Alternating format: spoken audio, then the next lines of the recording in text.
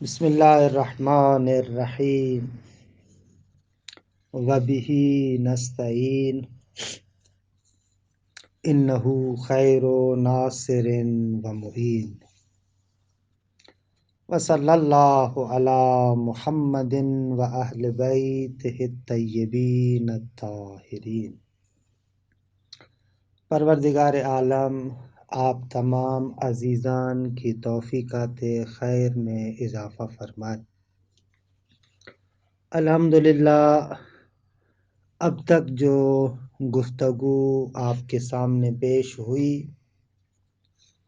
یہ استاد شہید مرتضیٰ مطہری کے علم کلام کے تعارف کے پہلے درس کے بیان میں تھی، جو شمارہ عدد 1 آپ نے ذکر کیا ہے، اس کے اندر جو مطالب شہید بزرگوار نے بیان فرمائے ان تقریباً تمام مباحث کو توضیحات اور تفصیلات کے سامنے آپ کی خدمت میں پیش کیا۔ اب دوسرے درس میں جو کلی طور پر استاد شہید مرتضیٰ مطہری مطلب بیان کرتے ہیں، ایک علم کلام کے تعریف اور موضوع کی طرف اشارہ ہے، اور دوسرا علم کلام کی وجہ تسمیہ، علم کلام کو علم کلام کیوں کہتے ہیں، اور تیسرا نقطہ مذاہب و فرق کلامی کے بارے میں ایک اشارہ ہے، اور اس کے اندر چند اہم نکات کی جانب توجہ دلائی گئی ہے۔ یہ مباحث شہید بزرگوار استاد شہید مرتضیٰ مطہری رحمۃ اللہ علیہ دوسرے درس کے اندر بیان کرتے ہیں کہ انشاءاللہ جو نکات یہاں پر بیان کیے ہیں شہید بزرگوار نے، ان کی توضیح اور تفصیل آپ کی خدمت میں پیش کرتے ہیں۔ ابھی تک کے مباحث سے پتہ چلا کہ علم کلام اسلامی کی اگر آپ ڈیفینیشن اور تعریف کرنا چاہتے ہیں تو یہی کافی ہے کہ آپ کہیں کہ ایسا علم ہے جو اصول دین اسلام کے بارے میں گفتگو کرتا ہے۔ اس علم کے اندر پتہ چلتا ہے کہ کون سی چیز اصول دین میں ہے، کس طریقے سے ہے، کیا دلیل ہے، اور اس کے بارے میں جو شکوک و شبہات اٹھائے جاتے ہیں ان کے کس طریقے سے جوابات دیے جائیں۔ یہ اب تک کے بحث کا خلاصہ ہے۔ اچھا، علم کلام کا موضوع کیا ہے؟ یہ دوسرا مسئلہ ہے کہ علم کلام کا موضوع کیا ہے۔ استاد شہید مرتضیٰ مطہری علم کلام کے موضوع کو بیان کرنے سے پہلے ایک نقطہ ذکر کرتے ہیں، وہ یہ ہے کہ عام طور پر منطقی اور فلسفی کتابوں میں بحث ہوتی ہے کہ آیا ہر علم کے لیے موضوع کی ضرورت ہے یا نہیں ہے، اصلاً موضوع کسے کہتے ہیں، اور کسی بھی علم کو موضوع کی ضرورت کیوں پڑتی ہے۔ یہ پرانے زمانے میں منطق کی کتابوں میں گفتگو ہوتی تھی۔ آج بھی اگر آپ قدیمی کتابیں جیسے حاشیہ ملا عبداللہ ہے اس کو اٹھا کر دیکھیں، اس حاشیے کے آخر میں اجزاء العلوم کے عنوان سے ایک گفتگو ہے، وہاں پر اجزاء علوم میں ایک موضوع کو بھی داخل کرتے ہیں۔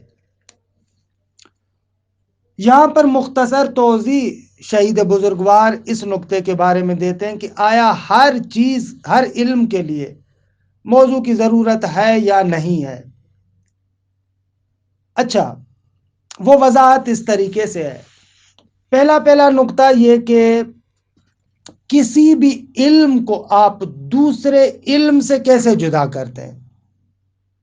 مثلا علم منطق ایک علم ہے، فلسفہ ایک علم ہے، کلام ایک علم ہے، اصول فقہ ایک علم ہے، یہ مختلف علوم ہے نا، ہر علم کے اندر مختلف مسائل بھی ہوتے ہیں، تو ہر علم دوسرے علم سے تمایز کیسے پیدا کرتا ہے؟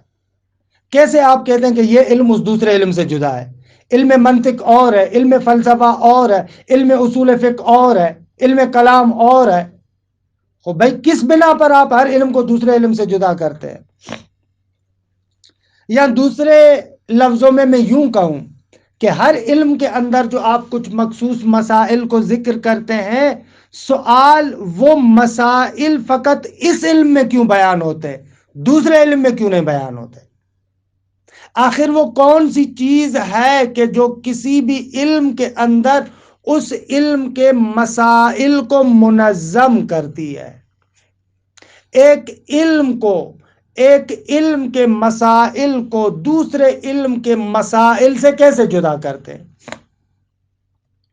کہ یہ گفتگو ہوتی ہے تمایز علوم کے عنوان سے، کہ بھئی آخرکار وہ کون سی چیز ہے جو ایک علم کو دوسرے علم سے جدا کرتی ہے۔ یہاں پر کلی طور پر 3 نظریات ہیں کہ معروف 2 نظریے ہیں۔ پہلا نظریہ یہ ہے کہ تمایز علوم کا ایک دوسرے سے جدا ہونا موضوعات کی وجہ سے ہوتا ہے۔ ہر علم کے اندر جو موضوع ہوتا ہے وہ موضوع سبب بنتا ہے کہ وہ علم دوسرے علم سے جدا ہو جائے۔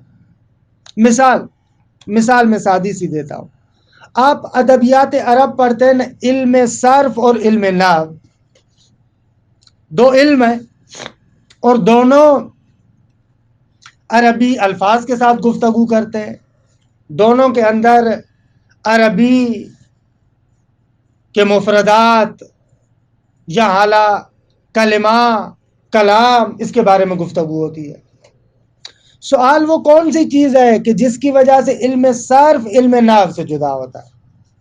آپ کہتے ہیں کہ موضوع، کیونکہ علم صرف کا موضوع کلمہ ہے من حیث الصحت والاعتلال، علم صرف کا موضوع کلمہ ہے من حیث تصریف، ایک کلمے اور لفظ کے اندر جو تبدیلیاں آتی ہیں، تصریف جو واقع ہوتی ہے، خوب اس اعتبار سے اگر عربی کلمے کے ساتھ گفتگو کی جائے تو وہ علم صرف بنتا ہے۔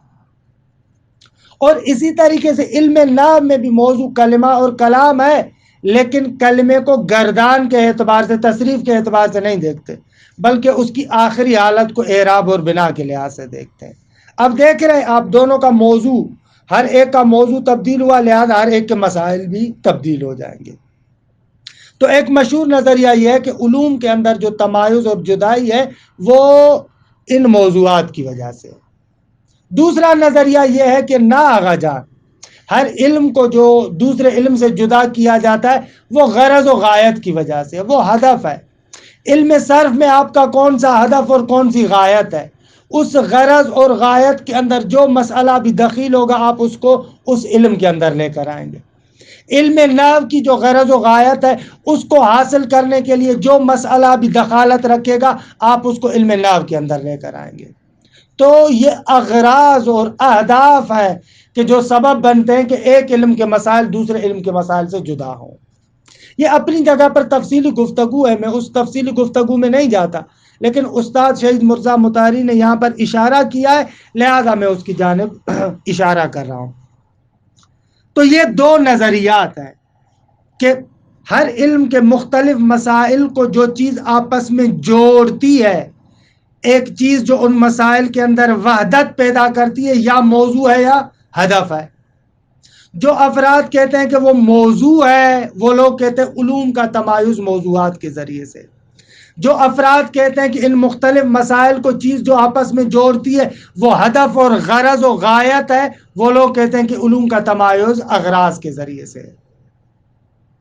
اچھا، لیکن معروف نظر یہ ہے کہ علوم کا جو تمایز ہے وہ موضوعات کی وجہ سے، یہاں سے پتہ چلتا ہے کہ ہر علم کے اندر موضوع کا ہونا کیوں ضروری ہے، کیونکہ کہتے ہیں کہ ہر علم کے مسائل دوسرے علوم کے مسائل سے جو جدا ہوتے ہیں وہ موضوع کی وجہ سے ہیں۔ اگر کسی علم کے اندر موضوع نہیں ہوگا تو اس کے مسائل بکھرے ہوئے ہوں گے، ان کے اندر انتشار ہوگا، وہ آپس میں مرتبط نہیں ہو سکتے۔ جب تک وہ آپس میں مرتبط نہیں ہوں گے ایک علم کو تشکیل نہیں دیں گے۔ لہذا ہر علم کے لیے موضوع کا ہونا ضروری ہے اس نظریے کے اعتبار سے۔ ضمناً یہ بھی سمجھ میں آیا کہ موضوع کسے کہتے ہیں۔ موضوع یعنی وہ مرکزی اور محوری نقطہ کہ جو مختلف مسائل کو آپس میں جوڑتا ہے، یہ موضوع کی سادہ الفاظ میں تعریف۔ وہ مرکزی اور محوری نقطہ جو منتشر مسائل کے اندر ارتباط پیدا کرتا ہے، وحدت پیدا کرتا ہے، اسے کہتے ہیں موضوع۔ اچھا، تو اب کیا ہے علم کلام کا موضوع کیا ہے؟ بھائی علم کلام کے جو مختلف مسائل ہیں وہ کون سا مرکزی اور محوری نقطہ ہے جو ان کو آپس میں جوڑتا ہے؟ اس کے بارے میں ہم دیکھتے ہیں کلامی کتابوں میں بڑے پیمانے پر گفتگو ہے۔ مثلا چاہے آپ شرح المواقف اٹھا کر دیکھیں، شرح المقاصد اٹھا کر دیکھیں، یا حتیٰ کہ جو کلامی کتابوں میں شیعی کلامی کتابوں میں تفصیلی کتاب ہے شوارق الالہام، اس کو آپ اٹھا کر دیکھیں، وہاں پر بھی ایک لمبی چوڑی آپ کو بحث ملے گی کہ علم کلام کا موضوع کیا ہے۔ استاد شہید مرتضیٰ مطہری رحمۃ اللہ علیہ فرماتے ہیں کہ یہ بحث فضول ہے۔ اتنی لمبی چوڑی جو متکلمین آ کر بحث کرتے ہیں کہ علم کلام کا موضوع کیا ہے، آقا فرماتے ہیں اس بحث کی ضرورت ہی نہیں ہے، ایسے ہی بیکار قسم کی بحث ہے۔ کیوں؟ اس لیے کہ علم کلام کے لیے اصلاً موضوع واحد کی ضرورت نہیں ہے۔ کس نے کہا کہ ہر علم کے لیے موضوع واحد کا ہونا ضروری ہے؟ نہ، یہ اشتباہ ہے۔ ان لوگوں نے ایک جگہ پر اشتباہ کیا، ایک ان سے غلطی ہوئی، اس غلطی اور اشتباہ کی بنا پر انہوں نے آ کر یہ لمبی چوڑی بحث کرنا شروع کر دی کہ علم کلام کا موضوع کیا ہے۔ بابا پہلے اس چیز کو تو طے کرو کہ واقعاً ہر علم کے لیے ایک موضوع واحد کی ضرورت ہے یا نہیں ہے۔ استاد فرماتے ہیں تفصیلی مباحث تو اپنی جگہ پر، لیکن اجمالاً ہم آپ کو بتا دیتے ہیں کہ علوم دو طرح کے ہیں۔ کچھ علوم علوم حقیقیہ ہے، یعنی واقعاً حقائق کے بارے میں گفتگو کرتے ہیں، اور ان کے مسائل کے اندر بھی وحدت حقیقی ہے، ایک حقیقی اشتراک پایا جاتا ہے، جیسے فلسفہ، جیسے عرفان، جیسے علم منطق۔ اس قسم کے علوم کے لیے واقعاً موضوع واحد کی ضرورت ہے، وہاں پر گفتگو بھی کرنی چاہیے۔ لیکن وہ علوم کہ جن کے مسائل کے اندر وحدت ذاتی اور حقیقی نہیں ہے، بلکہ ایک وحدت اعتباری ہے، ہم اس کے مختلف مسائل میں کسی ایک جہت کے اعتبار سے وحدت کو فرض کرتے ہیں۔ اچھا، ان کے مسائل کے مابین وحدت ذاتی نہیں ہے بلکہ اعتباری وحدت ہے۔ آقا کہتے ہیں کہ یہاں پر اس قسم کے علوم کے لیے موضوع واحد کی ضرورت نہیں ہے، بلکہ ان مسائل کے، اس علم کے مسائل کو آپس میں جوڑنے کے لیے غرض واحد اور ہدف واحد کافی ہے۔ وہ غرض واحد ہے، وہ ہدف ہے جو اس علم کے منتشر مسائل کو آپس میں جوڑتا ہے۔ آپ کیوں ان مسائل کو اس علم کے اندر ذکر کرتے ہیں؟ بھائی اس لیے کہ یہ ہماری غرض کے اندر دخالت رکھتے ہیں۔ علم کلام میں بھی اسی طریقے سے علم کلام کے جو مسائل ہیں اس کے مسائل کے درمیان وحدت ذاتی نہیں ہے، وحدت اعتباری ہے، لہذا اس کے لیے ایک موضوع واحد کی ضرورت ہی نہیں ہے، کوئی ضرورت نہیں کہ آپ آئیں اور اس کے ایک موضوع واحد کو قرار دیں۔ نہ، اسی لیے ہم دیکھتے ہیں کہ علم کلام کے مسائل بعض جگہوں پر فلسفے کے ساتھ تداخل کرتے ہیں، بعض جگہوں پر مثلا نفسیات کے ساتھ تداخل رکھتے ہیں، بعض جگہوں پر عمرانیات کے جو بعض مسائل آتے ہیں ان کے ساتھ تداخل کرتے ہیں، کیونکہ ان کے مسائل کے درمیان تو وحدت ذاتی نہیں ہے، وحدت اعتباری ہے۔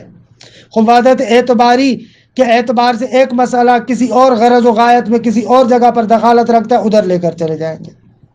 بہرحال یہ ایک بحث ہے کہ جو عام طور پر دوسری جگہوں پر ہوتی ہے، اور یہاں پر میں اس سے زیادہ تفصیل بھی بیان نہیں کرتا۔ استاد نے بھی اتنا نقطہ ذکر کیا، اس نقطے کی وضاحت کے لیے میں نے فقط یہ توضیحات دی، وگرنہ ان مباحث کی جگہ یہاں پر نہیں ہے، وہ علم منطق اور فلسفے میں جگہ ہے۔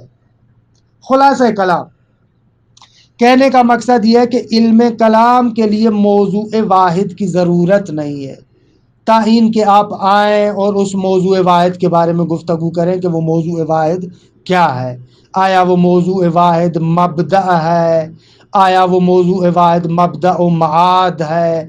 آیا وہ موضوع واحد موجود بما ہوا موجود ہے؟ کہ یہ مختلف اقوال ہیں کہ ان کی تفصیلات شوارق الالہام کے پہلے جلد میں ملا عبدالرزاق لاہی جی نے بیان کی ہے، کہ دیکھیں ان تفصیلات کی طرف نہیں جاتے۔ دوسرا مسئلہ، کیونکہ اتنا زیادہ عام مسئلہ نہیں ہے، دوسرا مسئلہ علم کلام کو علم کلام کیوں کہتے ہیں؟ اصطلاحاً اس بات کو کہتے ہیں علم کلام کی وجہ تسمیہ۔ علم کلام کو علم کلام کیوں کہا جاتا ہے؟ آپ فرماتے ہیں کہ اس کے بارے میں بھی مختلف وجوہات ذکر کی گئی ہے کہ آخرکار کلام کو کلام کیوں کہتے ہیں۔ مثلا ایک سبب جو بیان کیا گیا ہے وہ یہ ہے کہ جو بندہ علم کلام پڑھتا ہے اس کے اندر یہ قدرت اور توانائی پیدا ہوتی ہے کہ وہ اچھے طریقے سے کلام کر سکتا ہے، استدلال پیش کر سکتا ہے، دلائل پیش کرتا ہے، کیونکہ یہ علم انسان کے کلام کی قوت اور مضبوطی کا باعث بنتا ہے، لہذا اس کو علم کلام کہتے ہیں۔ ایک سبب یہ بیان کیا گیا۔ دوسرا سبب جو علم کلام کا بیان کیا گیا کہ علم کلام کو علم کلام کہتے ہیں کیونکہ پرانے علماء کی روش اور عادت یہ تھی کہ جب بھی اپنی کتابوں میں مختلف ابواب اور فصول باندھتے تھے، ایک باب رکھا دوسرا باب، تو وہاں پر ایسے کہتے تھے الکلام فی القضاء، مثلا الکلام فی اثبات باری تعالی، الکلام فی صفات باری تعالی، الکلام فی عدالت باری تعالی، مثلا ایسے۔ تو عناوین جو اپنی کتابوں کے رکھتے تھے علم کلام میں وہ ایسے ہوتے تھے الکلام فی قضا، الکلام فی قضا، الکلام فی قضا، تو پھر اس علم کا نام ہی الکلام یعنی علم کلام پڑ گیا۔ یہ ایک سبب۔ ایک اور سبب جو اس علم کلام کے علم کلام کہلانے کا بنا، وہ بعض کہتے ہیں کہ وہ یہ ہے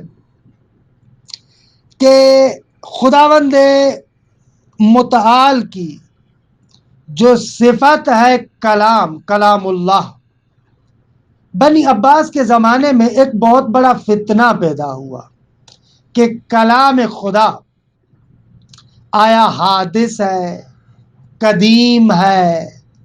پھر ایک بہت بڑا جنجال اور اجتماعی فتنہ پیدا ہو گیا، علمی مسئلے سے ایک فتنہ پیدا ہو گیا۔ جیسے ہمارے معاشرے کے اندر دیکھتے ہیں نا، بعض مسائل ایسے ہوتے علمی ہیں، لیکن بعض لوگ جو مغرض ہوتے ہیں ان علمی مسائل سے فتنے کو پیدا کر دیتے ہیں۔ میں ایک سیاسی مثال دیتا ہوں اور ایک مذہبی مثال۔ پاکستان کے معاشرے کے اندر کالا باغ ڈیم، اچھا یہ ایک مسئلہ ہے کہ واقعاً آیا کالا باغ ڈیم بننا چاہیے نہیں بننا چاہیے، پاکستان کے حق میں ہے یا حق میں نہیں ہے۔ خود پنجاب کے جتنے افراد معمولاً کہتے ہیں بننا چاہیے، جبکہ سرحد اور سندھ کے جتنے لوگ ہیں وہ کہتے ہیں کہ نہ، نہیں بننا چاہیے۔ حالانکہ میں اس کے بارے میں گفتگو نہیں کرا کہ بننا چاہیے نہیں بننا چاہیے، یہ اپنی جگہ پر جو بات کرتے ہیں وہ اپنی جگہ پر کہ اس کے فوائد ہیں، نقصانات ہیں، کیا ہے، لیکن اس مسئلے نے ہمارے معاشرے کے اندر ایک فتنے کی شکل اختیار کر لی۔ کوئی بھی مسئلہ اگر کوئی بھی سیاستدان اگر چاہتا ہے کہ معاشرے کے اندر فتنے کو برپا کرے، وہ اس مسئلے کو چھیڑ دے، فوراً فتنہ پیدا ہو جائے گا۔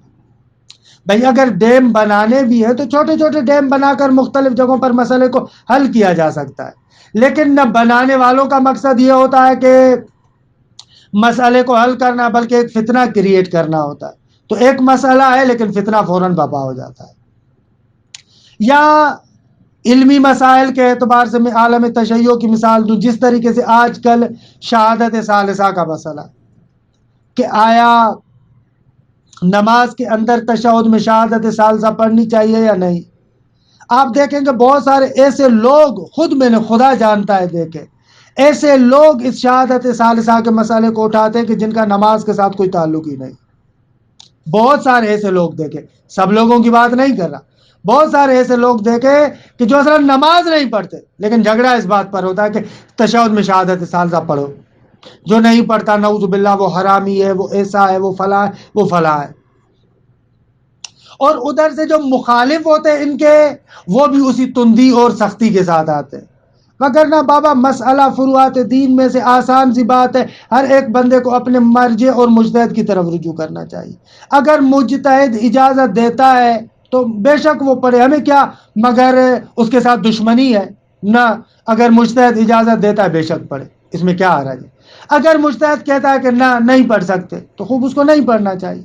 سادہ سا مسئلہ تھا، لیکن یہ مسئلہ فتنے کی شکل اختیار کر چکا ہے ہمارے معاشرے کے اندر۔ ایسے تو ایسے ہوتا ہے، بہت سارے مسائل ایسے ہوتے ہیں جو ابتداءً علمی مسئلہ ہوتا ہے لیکن بعد میں وہ فتنے کی شکل اختیار کر لیتا ہے۔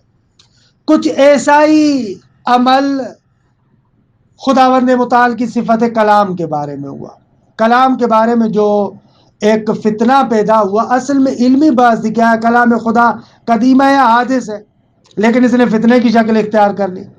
ایک حکمران آتا ہے کہ جو حدوث کا قائل ہے، ان لوگوں کو بہت زیادہ تقویت کرتا ہے، مثلا مامون الرشید جیسا بندہ۔ دوسرا بندہ آتا ہے جو اس کے مخالف ہے، مثلا متوکل جیسا بندہ، معتصم جیسا بندہ۔ وہ جو بھی بندہ آتا ہے کہتا ہے کہ بابا اگر آپ نے کہا کہ کلام خدا حادث ہے تو آپ کو جیل میں ڈالیں گے، یہ کریں گے، وہ کریں گے۔ کہ ایک عجیب فتنہ تاریخ اسلام کے اندر اس کلام الہی، اس صفت کے بارے میں پیدا ہوا، لہٰذا اتنی بات چلی کہ جو علم اس صفت کے بارے میں گفتگو کر رہا تھا، اس علم کا نام ہی علم کلام پڑ گیا۔ ایک اس کی علت یہ بتاتے، بعض لوگ اس کی علت یہ بتاتے ہیں کہ اہل حدیث، کہ اس درس کے آخر میں اشارہ کروں گا، اہل سنت برادران میں سے جو اہل حدیث ہیں وہ کلام کو جائز قرار نہیں دیتے تھے، کہ آخر میں اشارہ کروں گا اس کی طرف۔ بہرحال یہ چند وجوہ تسمیہ ہیں کہ ان باتوں کی وجہ سے علم کلام کو علم کلام کہا جانے لگا۔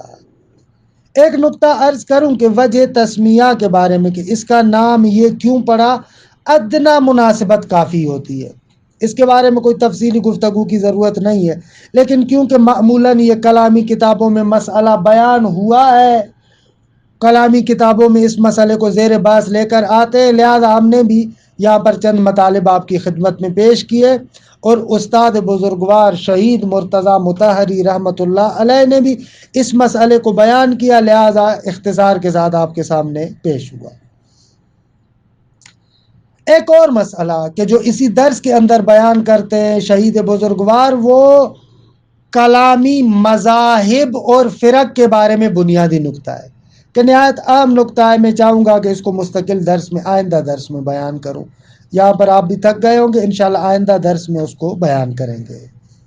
وصلی اللہ علی محمد و اہل بیتہ الطیبین الطاہرین۔